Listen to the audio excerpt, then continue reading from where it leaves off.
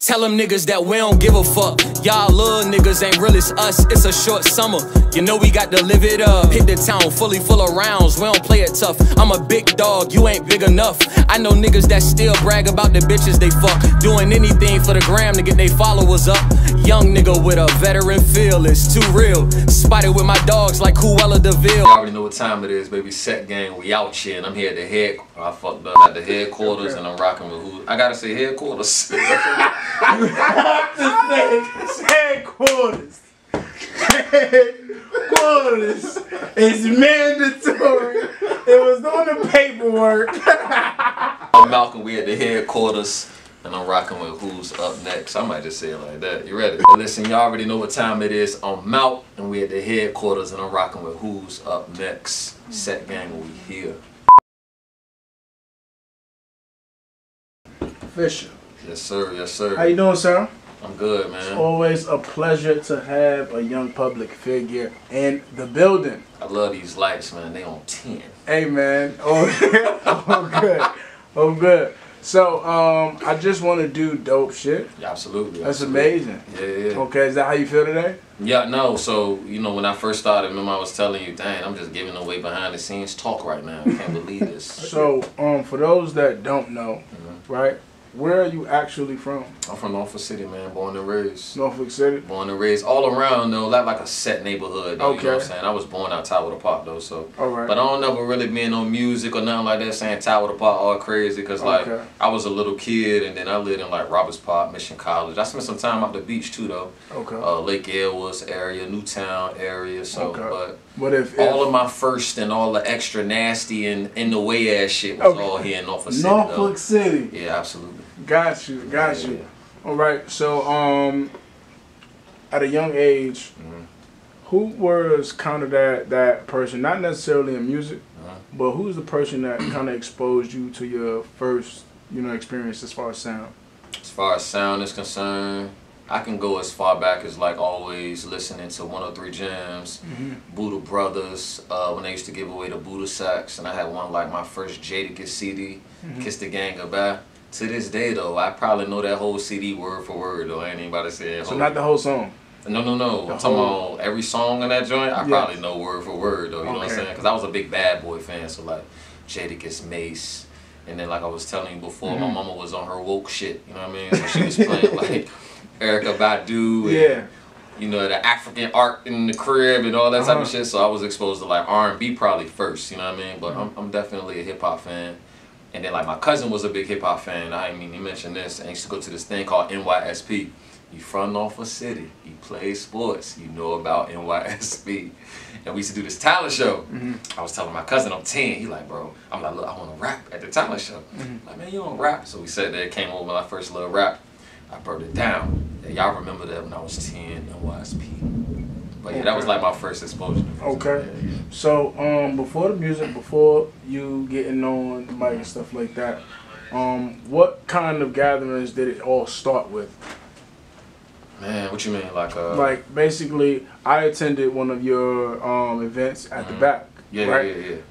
Clearly, that wasn't the first one. Oh, you mean so like how that whole thing? Just that atmosphere is gathering local talent. So where did it begin? It began at my high school. I went to Moore High School, and that was back when battle rap was like real big. You know what I'm saying? So we used to hold these battles outside of my high school. And they was crazy. They used to be so packed to the point like nobody getting on the bus after school, everybody walking home. So like we had niggas that was like from Glenwood, Demeril area, walking home from Moore just to see these rap battles. So, you know, we in Janif right now. So that's the equivalent of like walking from here to probably, I don't know, Little Creek Road. You know what I'm saying? Like, in the way ass walk, you know what I'm saying? So, but niggas used to really fuck with it. So that was like my first exposure. And then after that, I was like, man, the response is crazy. So I started like this rap battle league, you know what I'm saying? And I did my first event actually out Tower of the Park, you know what I'm saying? At the YMCA out there. And yeah, so that's what I started. I was like 18, do the rap battle league. And then we had probably like a good 30 people in the building. Probably knew 29 of them. You know what I'm saying? Who just came out to rock with me, you know what I'm saying? But then from there, it got crazy. Real crazy. Let's talk about the strong memories.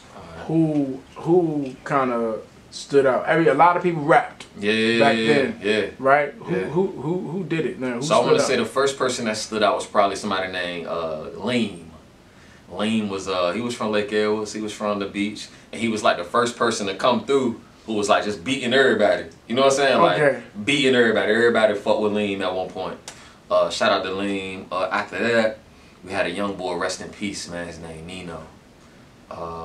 Young boy, man. He was like, when he came on the scene, he wasn't even old enough to get in. That was crazy. I want to say he started when he was like 15. And they started at 18 and up, you know what I'm saying? And he was like 15 years old, man, but he was crazy. Crazy. Go check his battles out, you get a chance. He was crazy. Yeah, where can we find that at? All on YouTube, type in Headhunters TV, you know what I'm saying? But rest in peace to him, man. He ended up passing. And then Big K, which I'm pretty sure the world familiar with Big K. He probably like one of the biggest battle rappers in the world right now. And when he came through, that was like the start of like, we got somebody in the building who really is good. You know what I'm saying? On top of that, it was a white dude, you know what I mean?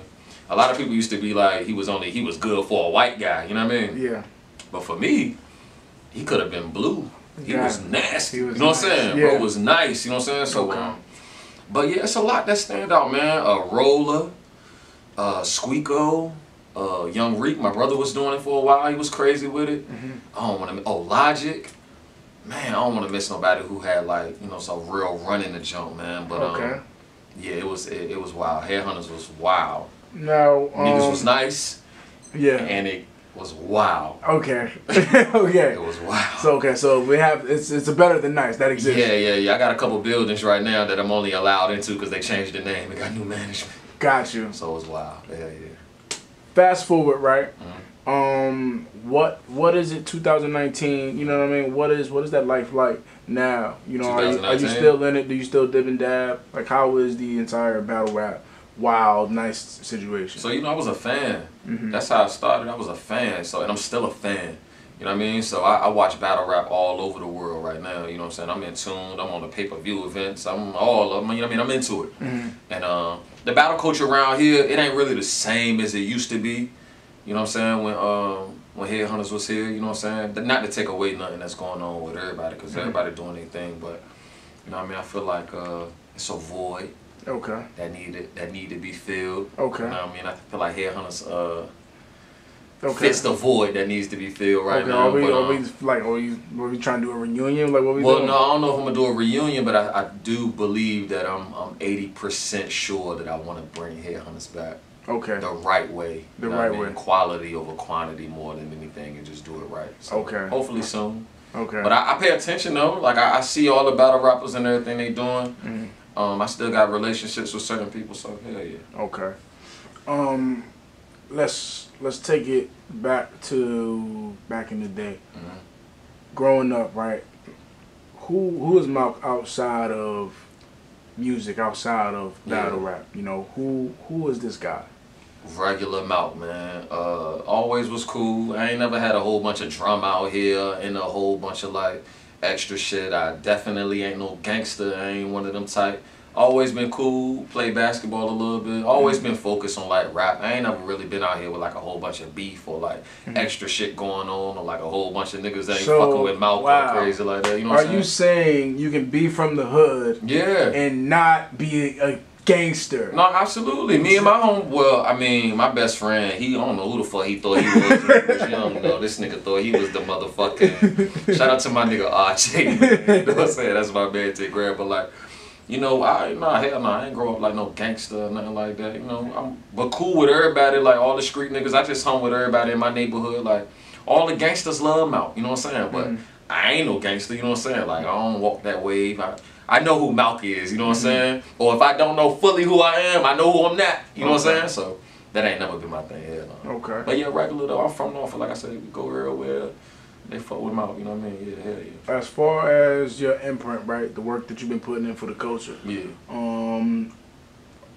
however many years it's been, are you getting out of it what you're putting in? You know what though, man? I think that's one of the toughest things for anybody that sincerely love what they doing. It's hard to keep one of these faces when you ain't got $1 to show for it. You feel me? Yes, sir. And but more than anything, I love it though, man. Like I love it, man. I know what I want to do, and I'm gonna continue to do that, man. So I think what drives me the most is just the fact that I know this what I want to do, man. It ain't no turning back. You know what I'm saying? It's like, it is what it is, man. I'm here. You know what I'm saying? And I'm gonna be here for a long time, man. I'm gonna be a part of this culture for a long time. So before now, have any opportunities came across your table? I think one of the biggest opportunities that I got was probably with Headhunters TV when we was able to have that affiliation with URL, and that definitely opened doors for bigger relationships for sure.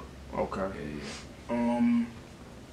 Now. But I'm hold on. I'm gonna keep it a band with you, because I ain't about to sit here and be like one of them. No, ain't no big breaks. Ain't nobody called my phone. I ain't got no mysterious emails. You know what I'm saying? Yes. I'm grinding like everybody else, man, for sure. So okay, and thank you, man, because a lot of people try to be perception over reality. Right. Even absolutely. though perception is reality. Yeah. It's very important to come back down to reality at the end of the day. For sure. And be humble. Absolutely. And thank you for that. You also do your own music. Right? Yeah, sometimes. So let's not talk about you helping the world, man. Right. All right, let's also talk about some projects that you created for yourself. Right. And where that energy came from. What had you go into your own lane? So, like I said, I always rap, you know what I mean? Since I can remember, always rap, you know, like, but I don't come from, like, when I was young, though, we was, like, battle rapping and, like, doing ciphers, and, you know, we just wanted to see who versus the nicest, and I'm really doing a whole bunch of music, man. Shout out to my boy, Amir Driver, because, like, he used to try to get me to rap so bad, right? To the point where he wrote me a song word for word. I still ain't show up to the studio to do this shit. You know what I'm saying? So that's how much not on it I was. You get what I'm saying? Always rap though, just like the being ciphers and shit. And the Headhunters and the radio show that I was doing and all of that. Like I said, I would rap at the show, shock value, grab the mic, tell the DJ throwing the instrumental, just freestyle, some shit like that. My little brother was the rapper though, you know what I'm saying? So when he got incarcerated, he would always call like, bro, you need to rap, man, just put some shit out. So I had this idea of I just want to do dope shit, you know what I mean? So I was like, I'm gonna start that. And then the first one I did was like over a 21 Savage beat, January 1st, 2017. And I put it out and people was fucking with it. So I just kept doing that. I did like 9, I want to say 2017, put out 15, 14 videos. How do you think, take a little bit to the brother side, how often do you guys speak? Every day. Every day? At least 6 days a week, absolutely. Okay. And when it comes to that, what is his reaction to your action? Oh, he love it. He love it. He always be like, man, do your thing. Hey, you gotta keep putting that out. Keep putting that out, bro. Keep putting it out. I try to rap it over the phone with him. Or I try to play it over the phone, you know what I'm saying? He in jail, so he can't see the videos or nothing. Let's even up the odds. I'm talking to my brother while he chilling in the yard. Say he building with the gods. Y'all niggas a facade. We get it from the mud. With gold everywhere like Pacino in the tub. I'm trying to figure out a way to put him on the jump so he can listen to it, you know what I mean? But has he given you any bars? No. He always be like, hey, look, bro, why don't you do this? I'm like, bro, first of all, niggas already feel like you one of the nicest. As soon as I come out here and spitting this shit, niggas gonna be like, bro, you got your brother writing for you and all this. But he'll tell me, though, like, bro, don't do that. You know what I'm saying? Or you should probably switch this. You know what I'm saying? But, yeah. Okay. Hell yeah. You know what I do believe? I do believe if he was home, I don't think I would be rapping, though. I don't think I would be rapping. There wasn't no motivation for me to put out music, you know what I mean? That won't never like, I used to just love to rap and have fun, you know what I mean? He's the rapper. He's the one concept videos and putting it together, like he sing and rap, you know what I mean? So, you don't mind getting your money behind the scenes? Nah, hell no, not at all, not at all. Okay. So, Malc, 2019, what do you have out? You know what I'm saying? And where can we actually go get your stuff? So I dropped the intro to the EP that I'm working on called Short Summer, which there was a big delay in that because I write in my iPad. Somebody stole my iPad, then damaged my iPad. So it kind of put a weight on that, you know what I mean? But Short Summer coming before the summer over, man. So that's what I'm working on, my first EP. Okay. Got some freestyles coming, man. I did the Dopest Week Ever Part 1 last year. I don't think I'm going to do the Dopest Week Ever. Because I dropped a video every day for a week. I think I'm going to do like the Dopest Month Ever. Okay. And then drop a video every week, you know what I'm saying? Instead of every day like I did last time. Well, definitely, man. I'm going to be looking out for I'm working on, man. Yeah, absolutely. That's the events, the back, stuff like that. Yeah. What's coming? Like as far as the gatherings? Yeah. So the summertime warm-up, we got another one coming July 1st. Okay. Which is a Monday. And basically, I wanted to do something with like, Cause you know, you go to these local shows, man, and dang, man, this ain't to disrespect nobody who do shows or anything, but you know, it is like it's a cash thing for some of the people. You know what I mean? You pack out these venues, you know, you charge these artists a certain amount of money to perform. It ain't really nothing they can look forward to other than them just paying their $20. So, you know, and like I said, I ain't taking nothing away from nobody, but if you pay $20, right? If you're an artist and you pay $20 and then you book 90 niggas to perform, $20 times 90, you done made your bank. That don't even count the $10 that everybody gonna pay that ain't performing, you know what I'm saying? But then that kind of get in the way because now niggas ready to perform because they ain't perform.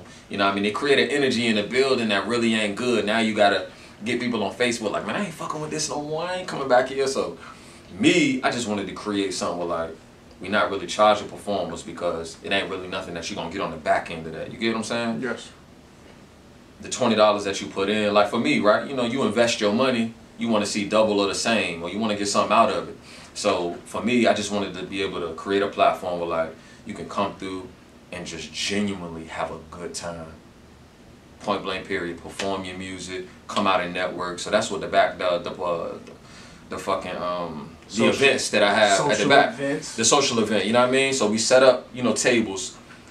If you got your own business, come set up a table, you know what I'm saying? Sell your merch, hand out your business cards, and if you're a performer, come out, let's network. You know, network with these other artists, whether it's cameraman in the building or whatever the case may be. We only go book about 12 to 15 artists, so that way everybody can perform and everybody can have a good time, man. So that's what I want to do, man. Just change something where like everybody from out here, for me, how I personally feel, man, is like, ain't no reason why the whole 757 shouldn't be out. You know what I'm saying? Like, let's come out, let's network, let's meet each other, let's just have a good time. You drink, whatever, let's have a good time. So, as far as the future, right? None of us know what it holds, man. Why are you doing what you're doing? What are you trying to accomplish? I love it, man. I can't stress that enough, man. But to give you like a full little plan, though. Yes, sir. So we going. So right now, right, that's the main thing we trying to do, this film. You know what I mean? Do these films. So, and I'm in the film because, like, you know, you watch like Boys in the Hood, or you watch like Menace to Society, and it's like, or if you're a Spike Lee fan, you ever watch like Do the Right Thing, Crooklyn, right? They all based where they from, so California, New York, all situational, right? Where if you ever seen Jungle Fever, that's different from Do the Right Thing, but they both in New York, you know what I mean? Jungle Fever is more about a couple in corporate America or whatever the case may be. Do the Right Thing about a bunch of young kids from the block or whatever the case may be. But it's all based in New York around their lingo, how they dress, how they talk, how they interact with everybody, you know what I'm saying? So for me, Norfolk City got some real culture, you know what I'm saying? Like, we talk a certain way, we dress a certain way, we party a certain way, you know what I'm saying? So I want to do something with like, shit, nigga, we can have what we got going on here showcased in some type of way, you know what I'm saying? So the filming is really what I'm into, so that's why I did the documentary. And then we got a short film that we're working on right now. So that's what I want to do, film. As far as music is concerned, you know, whoever see me, you know what I'm saying? You want to put some money behind Malc, we here, you know what I'm saying? Yes, sir. That's just what that's about, but like I said, my goal is to be a part of the culture, man. And that's why, like, I do film, I do the rapping, I do the interviews and all that, and I take them all just as serious, you know what I mean? And I try to be consistent at every last one of them as much as possible, because, like, whichever one opened the door for me, it's just a revolving door for everything else, you know what I'm saying? Like, so tomorrow, if, all right, Malc, we just seen you, we want to bring you on and give you an internet show on this platform, all right, that's cool, because the following that grow from that, we gonna put out some music, you know what I'm saying? And the following that grow from the music, we gonna put out some merch. And so I'm trying to be a part of the culture, man. Hey, man, God bless you, and I know it's gonna happen. Appreciate it, boss. Promise you, bro. So at this time, man, it's always a pleasure, man, having you down at the headquarters. No, pleasure being here, man. All right, sure. I would like for you to shout out all the people that support you and all the people that you love. I mean, I just want to give a big shout out to the 757. Norfolk City for sure, and my boys from Who's Up Next, man. We here. Let's go. Yeah, absolutely. That's a lot.